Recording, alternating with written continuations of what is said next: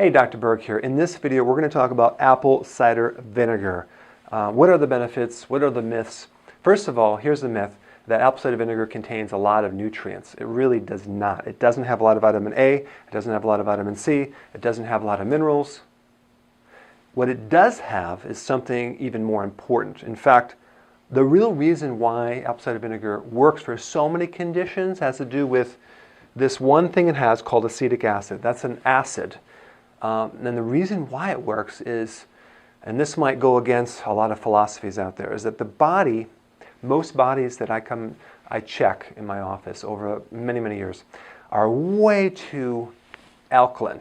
Now I know that goes against maybe what you've heard, that everyone's too acid, but that's not true.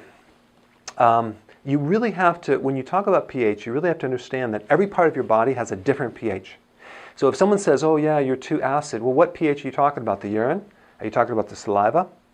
The real true indicator of pH for a body should be in the blood, but it's very difficult to test that because as soon as you take the blood out of the body, it alkalizes or it oxidizes and it can change the pH right away. So you have to, it's very expensive to determine that. So you have to go by symptoms. And so if you ever wanted to really know, just look up in, I don't know, Google it, all the conditions for too acid, called acidosis, and look up for the conditions of alkalosis and all those symptoms. And you'll be able to see which ones you have, and you can determine based on those two factors. So what we're talking about is the blood pH here. Most people have a blood pH which is excessively alkaline. And yes, it's true that your blood should be slightly alkaline, but in this situation it becomes even too alkaline. Okay? And that's why apple cider vinegar works so well, because it changes. If you change the pH of your body just a slight bit, you can create huge effects because the pH is so important in transporting minerals and allowing enzymes to work, to stimulating the thyroid, to increasing metabolism, all these things. So let's just take a deeper look at this one acid, acetic acid. The pH of acetic acid is very acidic. It's 2.5. That's like almost like stomach acid pH. It's way down there. So it's really good for the stomach. People take it for heartburn. And by the way, heartburn, acid reflux, indigestion, that is a condition where your stomach is too alkaline and the valve on top does not close. And I know people say it's too much acid. No, it's not. In fact, if you have acid reflux or heartburn, just take some apple cider vinegar and see how much better you feel. I mean, you'll feel wonderful because the valve will start closing on the top and the acid won't start regurgitating up through that valve. So it's good for GERD, acid reflux, indigestion. Okay? And as you age, especially over the age of 50, 60, 70, your pH in your stomach starts going lower, it goes higher and higher and higher. So it becomes more and more alkaline.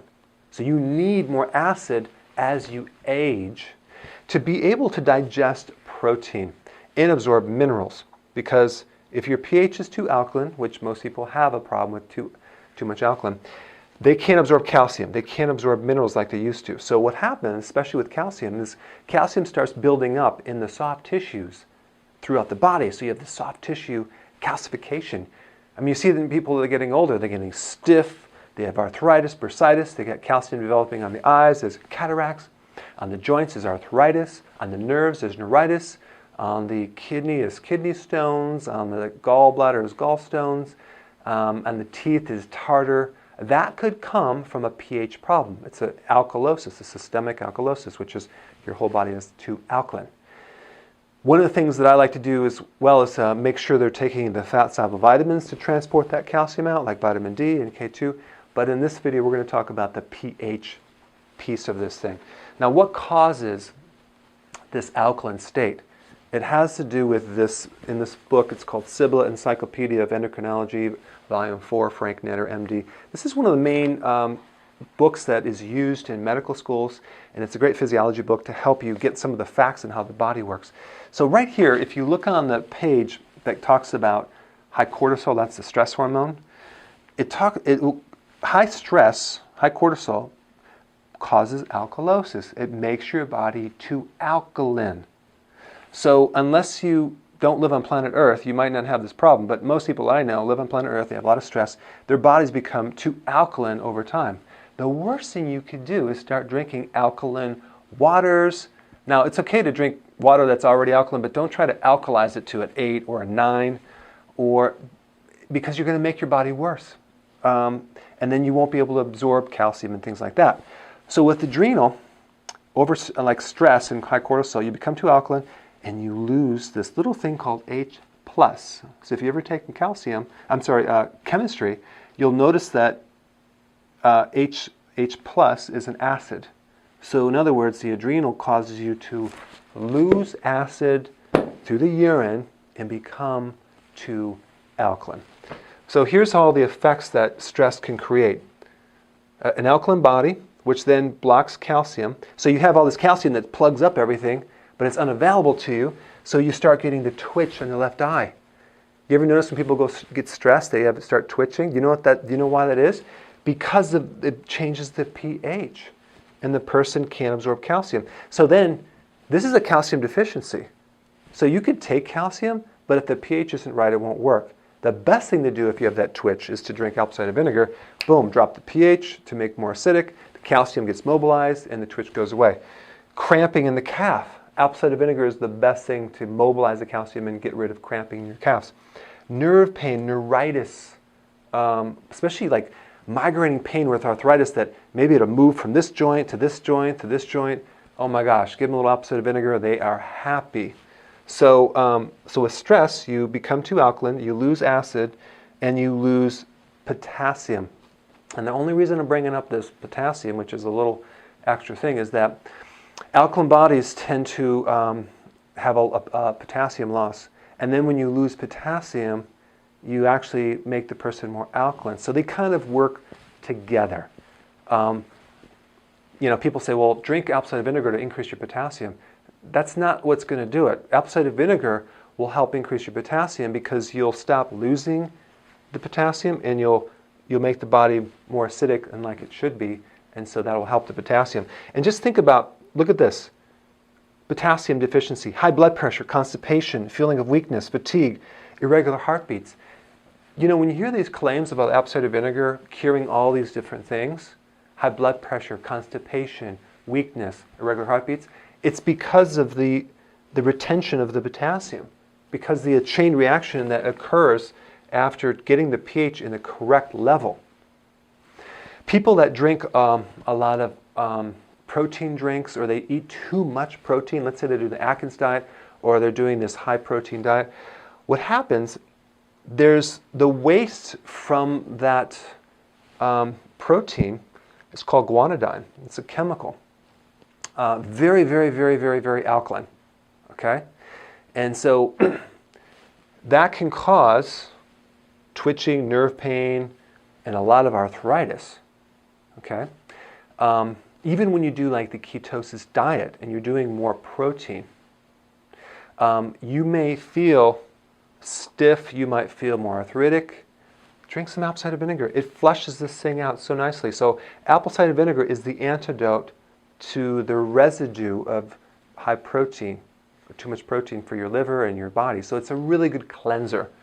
So this acid, apple cider vinegar, helps absorb minerals, helps mobilize calcium, helps you digest protein better without the waste.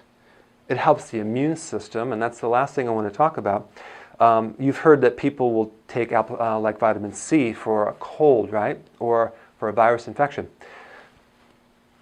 It's not the vitamin C necessarily that's creating the big effect, because most people aren't even taking vitamin C. They're taking a vitamin C look-alike, or a fake vitamin C called ascorbic acid, which is not really the true vitamin C complex, which again I'll have people disagree on this video. Because you can make synthetic vitamin C from ascorbic acid and cornstarch. Well, first of all, corn has no vitamin C. Cornstarch has no vitamin C. Ascorbic acid has no vitamin C. How can you take two things that don't have vitamin C, mix them together, and make ascorbic acid and think that's vitamin C? It's fake. The real benefit of vitamin C, or ascorbic acid, is the acid. You'd be much better taking the acetic acid to help your immune system. If you get a cold, if you have a fever, a viral infection, start taking the apple cider vinegar. It's really, really important.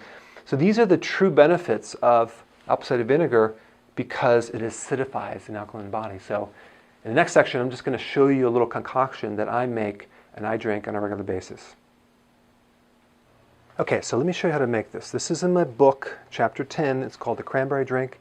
It should be called the apple cider vinegar drink. Very simple, and you really should try this because it will help you lose weight. If you drank one of these before you ate 3 times a day, you would lose a lot more weight because it stimulates the thyroid and it acidifies the stomach.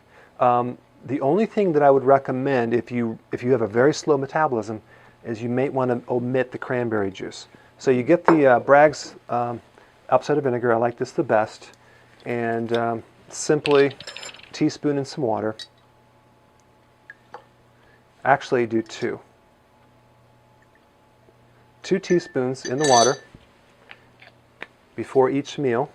And some people say don't consume water before a meal, but this is an acid drink, so it's going to help stomach acids. But check this out. This is my favorite lemon juice, Italian volcano lemon juice. It's organic lemon juice, and this stuff is magical. It's wonderful, and you get it from the health food store.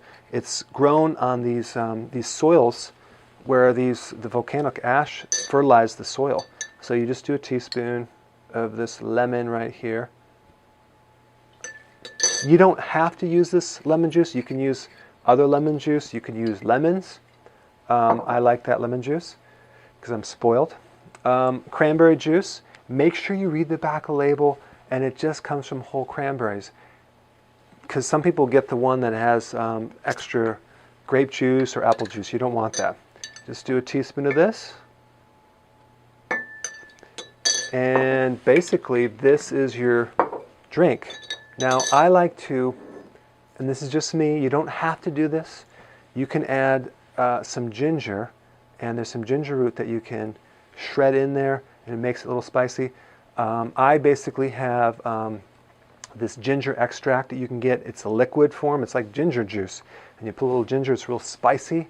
There's a lot of great properties. It's a very good tonic. Again, if you can't stand the taste, chances are you probably don't need it. Okay? If you really need it, you will crave it, and it makes you feel better. But I really want you to try this. Real simple. Drink this before you eat, and watch how much better you feel. Okay? So go ahead and do this, and give me some comments below. I'll see you in the next video.